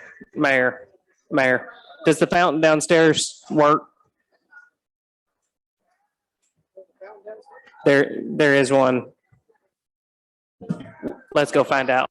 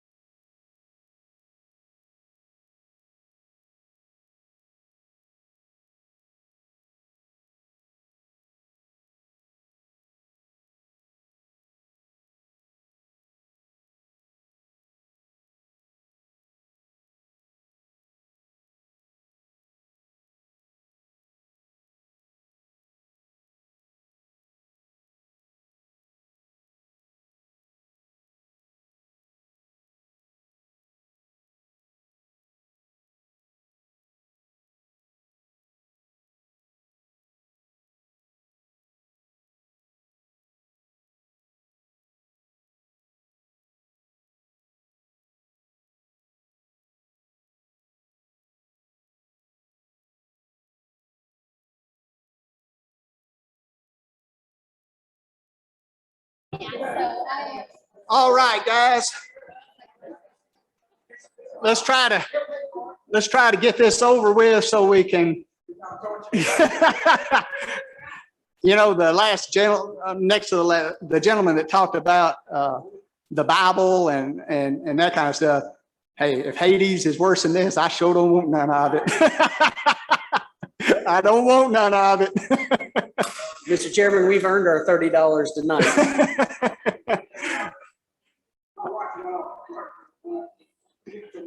Right. So Ron Moore speaking. Yeah. All right, are we ready? All right, let's call this meeting now back to order. Next on our agenda, and I have to apologize, Mr. Moreland, you got going before I realized what was going on. A request by Ron Moreland for rezoning of 0.21 acres on Stott Street from R2 to R3 for building a townhouse in the 7th Civil District.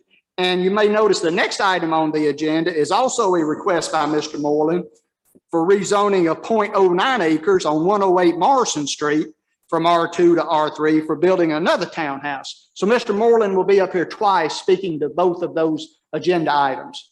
Mr. Moreland? Thank you, Mr. Chairman. Just wanted to, again, just ask for the rezoning of that piece of property, or that parcel of property. And if there's any questions, I'll be glad to answer them for you.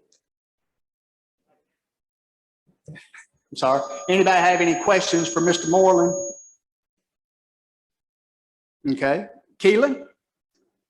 All right, so as you guys can see in the staff report, I have combined the two rezoning requests into one agenda item. And that is because I recommend that you consider them both together. And that is due to, as we've discussed several times, the definition of spot zoning and the concerns for single properties under 1 acre. So combined, they are two different properties. It negates that that possibility of spot zoning. So I do recommend that if you decide to approve one, you approve the other. And if you decide to deny one, you deny the other, that sort of thing. So I've included them together as one agenda item. So this is a request from R2 medium density residential to R3 high density residential at 108 Morrison Street and unaddressed Stott Street. The properties together consist of about 0.3 total acres. Parcel 37 has frontage along Stott Street, which is considered a local road for the Trialsdale County MCP, and parcel 3701 has frontage along Morrison Street, which is considered a local road as well. The surrounding properties are zoned R2 medium density residential. So the properties are in the Hartsville-Trialsdale Water and Sewer Utility District. From the map that I have on file, it appears that an 8-inch sewer line extends down the length of Stott Street, but is not available on Morrison Street. And an 8-inch water line extends along the margin of Morrison Street, and a 6-inch water line appears to extend through the middle of the property. It looks like it kind of goes in between that block. So both properties are not in a special flood hazard area and does not appear to have any significant slopes. As I usually do with rezonings, I've included here the zoning district description for the R2, which is the current zoning, as well as the R3, which is the high density zoning. I gave it to Mary. Oh, sorry. The uses permitted in the R3 include detached single family and duplex, multifamily dwellings, and group home, essential services, and accessory uses and structures. Uses permitted through special exception include mobile home parks, administrative services, community assembly, community education, cultural and recreation services, intermediate impact facilities, personal and group care facilities, and religious facilities. The minimum lot sizes for the R3 zoning district for a single family are required to be 6,000 square feet. For a duplex, it's required to be 9,000 square feet. And for a multifamily lot, it has to be 10,800 square feet overall, with 3,600 per dwelling unit, with a maximum of 12 units per acre. So breaking that down for these two lots, parcel 37 is roughly 0.21 acres. The permitted density within the R3 zoning would allow for one single-family lot or two duplex lots. This property does not meet the lot size requirement for a multifamily dwelling. Parcel 3701 is roughly 0.09 acres. This property does not meet the minimum lot area requirements for any of the residential uses within the R3 zoning. And combined parcels 37 and 35 or 3701 are roughly 0.3 acres, and if combined, permitted density within the R3 zoning would allow for two single-family homes, one duplex lot, or three multifamily dwelling unit developments. So as I've stated, the properties have access to water and do not currently have access to sewer. I also include a statement about spot zoning. So like I said at the top, I do recommend that you consider these two together to avoid any issue with spot zoning. Sam? I don't know if anybody's driven up there and looked at the two properties that are in question. Yeah, this is talking to Ron and his plans. This is definitely going to, like the other application that came forward, it's definitely going to add an improvement to the area, get a new house up there. And it's definitely going to help pick up the look, use these lots that aren't being used. And I think it's an improvement.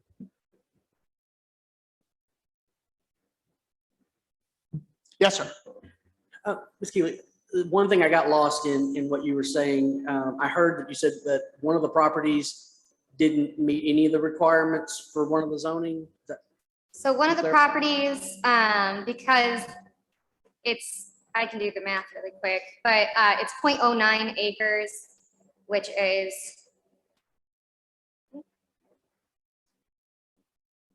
uh, 3,920 square feet.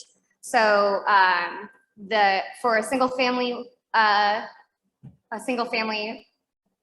development, the minimum lot area is 6,000. If we were to combine the properties and do like a multifamily, then which is your plan to combine them before you develop them? Yeah.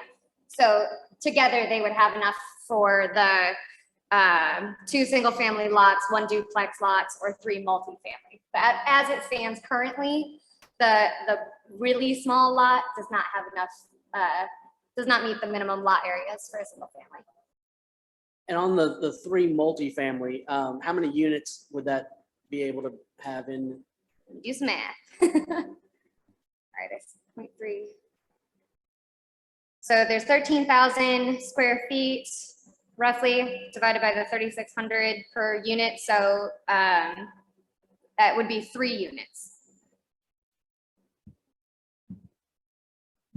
That answer your question? So speaking on the smaller lot, that lot is a lot of record up there. It was created in 1900. So if he wanted to do something on it, I'd still work with him and get it done. Sounds like it. Okay. He might not get what he wants, but we would try to get it as close as possible to the strictest zoning, which would be R3 anyways. Getting it to R3 gets us legally closer.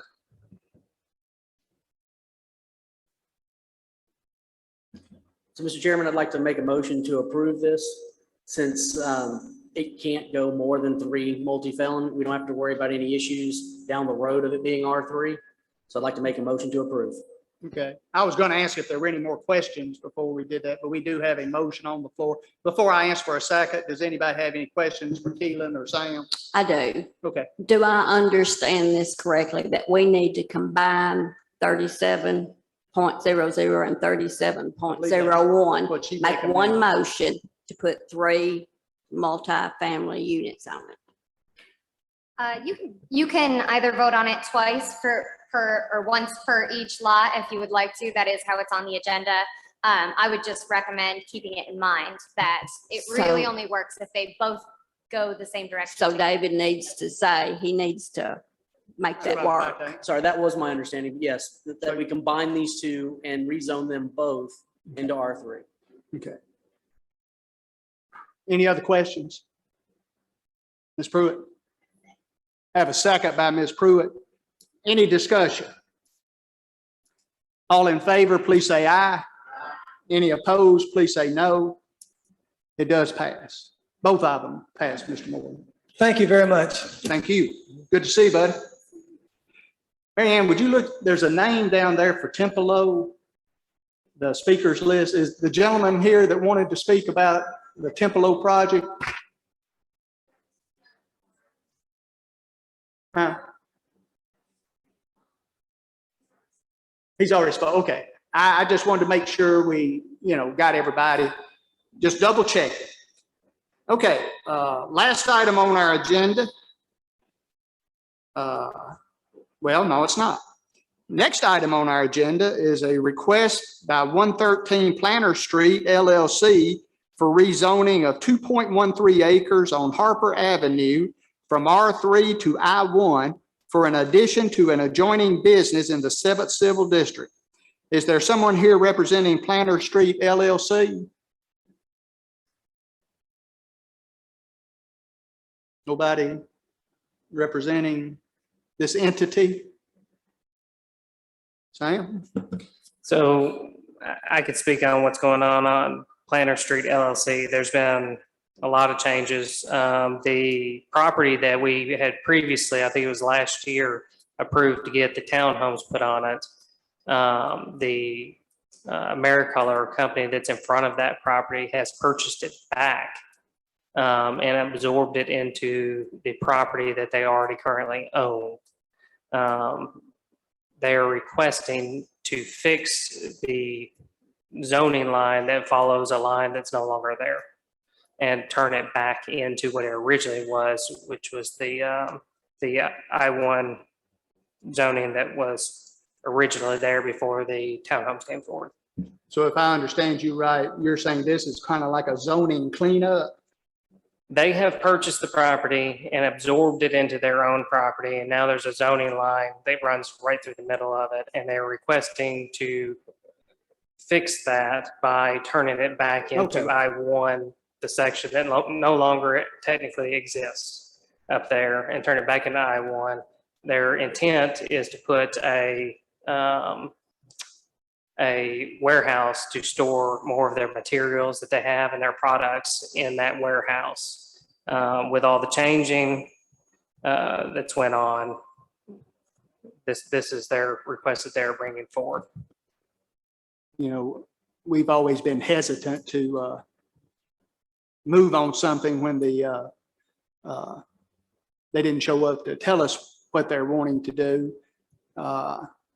We know what they want to do, but It's y'all's decision, but the person that's actually representing these people now is Mr. Beasley. Mr. Beasley has taken over the contract for talking about Lewis. Mr. Lewis Beasley has taken over the contract to push forward. Well, like one of the other projects that was on the list, he couldn't come for. Somebody else had to come for that one, which is at the bottom of the list, the fast-paced urgent care. That is also one of his projects because he owns the property. He's hurt his back, and he called me earlier today that he can't move. So he's the one that's in control of this operation that's going on. I feel for Mr. Beasley, but that's still the decision of this, whether you want to move forward with it or not.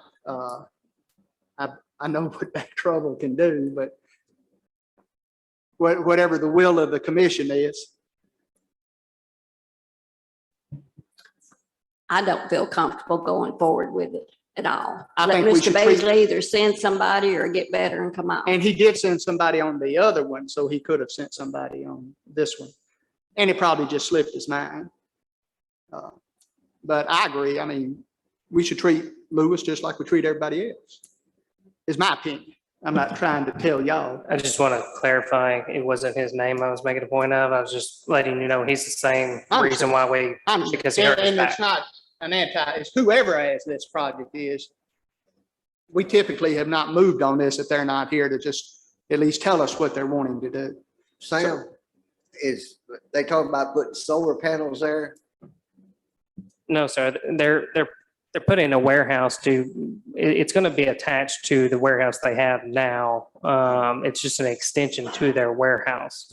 I just heard something about some solar panels in that area. I didn't know if that's what it was doing or. That's not it. It's a different project. Does anybody have a motion? Put this off, act on it, whatever y'all want to do. Mr. Harper? I make a motion that we put this off until someone. Have a motion to defer this until next month when someone can come speak to it. Second by Mr. Thomas. All in favor, please say aye. Aye. Any opposed, please say no. It does pass. And the last item on our agenda is a site plan approval for fast-paced health by R&C Enterprises. This is a 4.09 acres off Highway 25 West and Thoroughbred Lane for a medical clinic. And if I'm not mistaken, as you turn into Thoroughbred, you would have Lewis's office here on the right, and this would be going right there on the left. Go ahead, sir. That's Please state your correct. name so the secretary can get it. Yes, I'm Rick Morrow with RNC Enterprises. Not sure how I ended up on this particular agenda tonight. Wasn't the best night. But anyway, I'll be very brief because I know y'all are ready to get out of this oven. I'm a developer with fast-paced health clinics, and we operate about 180 urgent care extended hour medical clinics across the Southeast. We're proposing the construction of a 3,700 square foot medical clinic at the corner of Thoroughbred Lane and McMurray Boulevard, as the chairman mentioned. It's about a 4-acre property. It's currently owned by Mr. Lewis Beasley. I believe it's already properly zoned for a medical clinic. The proposed building will be brick on all 4 sides, two-tone brick, and has some attractive architectural features to it. I believe each of you have a full set of our civil drawings that I brought tonight, and I'm happy to address any questions that you might have. Thank you, sir. Guys, while y'all are taking a moment to look at those drawings, we'll go to Keelan. I'm not going to have a whole lot to add to this one, but as said, this property is zoned C2, which does allow for healthcare facilities. The surrounding properties are zoned for commercial and residential uses.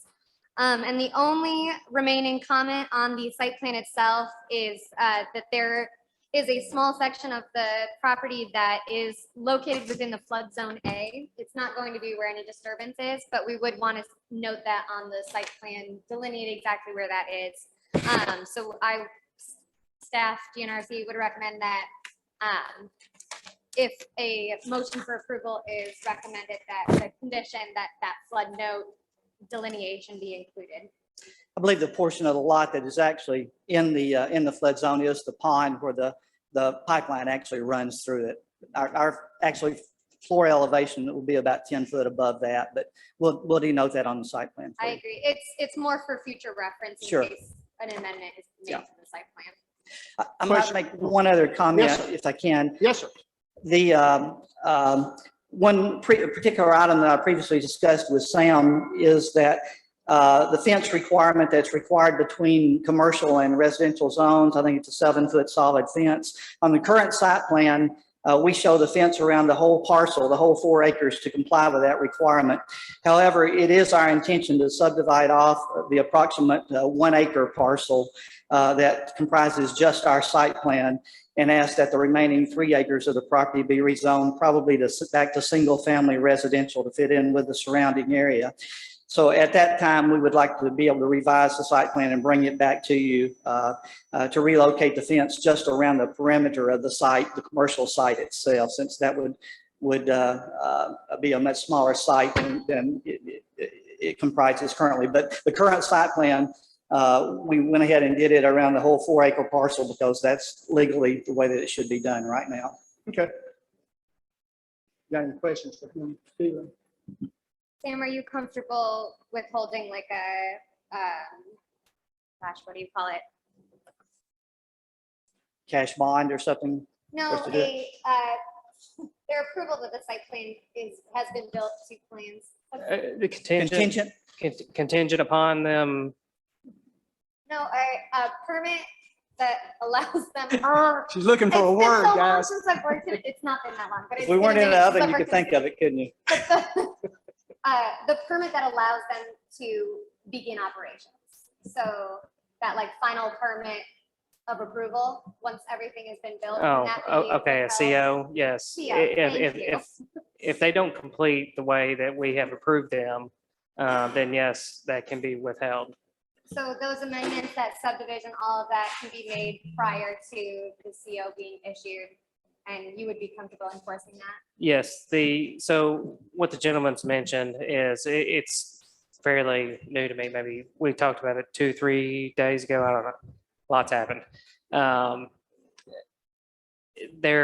My understanding of the intent is once they get started on the fast-paced urgent care, they're going to subdivide the lot, and the back portion of the lot that's further up Thoroughbred, they're going to request a rezoning back to residential, which we'll talk about that later. And then the site plan that they've submitted for this will run along that boundary line that a surveyor will create. And then that fence and vegetation buffer barrier would be on that subdivision. Because the other portion would be residential at that point in time. Mr. Thomas? In order to do that, wouldn't we need to go ahead and agree that we would approve that back section to go from commercial to residential? Because at this point, it's not subdivided, it's all a commercial lot. Well, if I'm not mistaken, don't you have the authority to subdivide yourself without coming before us, or would this not fall under that? I don't know. No, so what you're referencing is with a 1 and 2 lot subdivision. Okay. I can stamp off on those subdivisions, which once it happens, I will. But his rezoning will have to come back forward in front of the county commission for that back portion of the property. And at that point in time. So what is y'all's recommendation as to how we need to word any potential motions tonight? My recommendation is to just approve it as normal, and then he can get started. And then if he comes back in with a site plan change, when he gets ready to subdivide that and rezone it, then we can vote on a site plan change. And I'm perfectly fine with that. We're not asking for anything other than just site plan approval as it's submitted tonight. Okay. So could we go ahead and approve it as it is, all commercial, with the contingency that they were speaking of? I don't know that you need to fool with a contingency. Just either approve or not approve whatever they're asking for tonight. And if the petitioner wants to do something later on, that's really a whole new ballgame. And I guess where I'm coming from is I'm trying to help the petitioner, because he's talking about wanting to just do the wall around just the 1 acre versus the 4 acre. Yeah. If we did the contingency on just the subdivision of the property. I really think we need to just deal with what's before us tonight is what I think. And that's all the petitioner's asking for. My recommendation is we will come back to you Yes. prior to getting finished and prior to Because it needing may to not see even all happen. that. You never know. Can't read, regardless of what the one gentleman got up and said it could read our minds. I can't do that. So I'm not going to try. We would have brought a subdivision to you tonight, but our surveyor was just covered up and we were just really doing good just to get the subdivision plat to you tonight. But we'll go ahead and work on that and have it hopefully for your next month's meeting. Sam? So the vegetation and the fence is the last thing that's going to go in anyways. Correct. By the time he's done, he should have already had it subdivided and come forward with a rezoning, and we could do a site plan change at that point in time, and he could already been started. And then once y'all give the blessing for the fence moving to that lot and not the other lot, then he can go ahead and install the fence at that time. And that's what I was getting to. I understand. I didn't want him to have to put I up understand. around all that. And I appreciate that. Might have been trying to be too nice. All right. Any other questions? Any discussion? On a personal standpoint, I'd like to say I'm glad we're getting an urgent care We look forward facility. to coming to Hartsville. I think we Typically, need it's a good service. We're open extended hours from 8 to 8, Monday through Saturday, 11 to 8 on Sunday. So a lot of times things happen and you have to end up going to the emergency room and we can take the pressure off. My granddaughter works for an urgent care company based in Kentucky, and so I'm very much in favor of as much health care as we can provide our citizens. Discussion, questions? If not, I would be happily entertain a motion on this last item. I'll make a motion to approve. Mary Ann? I'll make a motion to approve. I have a motion from Mary Ann to approve. I have a second by Mr. Thomas. Any other questions or any other comments? All in favor, please say aye. Any opposed, please say no. Sir, they talked about the Lord a minute ago, but you're an angel. Did you get one, Keely? Thank you very much. Thank you, Marcia. Motion passes unanimously, and I have no discussion topics. I have no report. I do want to say, I do appreciate each and every one of you. I don't know what all you've gone through the last few days, but I don't want to show you my phone. Some of them just really nice, state their things well, and then some of them think somehow they can just threaten you and you're going to just fall right in with them somehow. I don't know what they're thinking, but if you know me, I don't take that well, so I tend to respond. And but I didn't do it where all of y'all could see it. But I do appreciate all of y'all's hard work, all of y'all coming tonight. And I really think we have a good, honest planning commission. I think we try to do the best that we can. And I just want you to know, I appreciate it. I'm sure the mayor appreciates it, and I'm sure the county commission appreciates it, because what I tried to explain to a lot of people, it doesn't matter what we as a committee, doesn't matter what we're for. I have my opinions, but that's just me. All we can do is interpret and go by the rules set forth from the county commission. That's our total job. So I appreciate y'all. Want you to know it. Have a good night. I would also like to thank all y'all for doing your due diligence, reading through all the stuff. It was a massive amount of stuff, doing your due diligence. The key thing that we were waiting on, it was the attorney's interpretation and his decision. That this entire decision fell onto what is our legal advice. And we did our due diligence up to the point that we got it. And that was our job to do, and everybody did it, and I really appreciate it. And I especially appreciate everybody showing up for the vote with their materials and having adequate questions.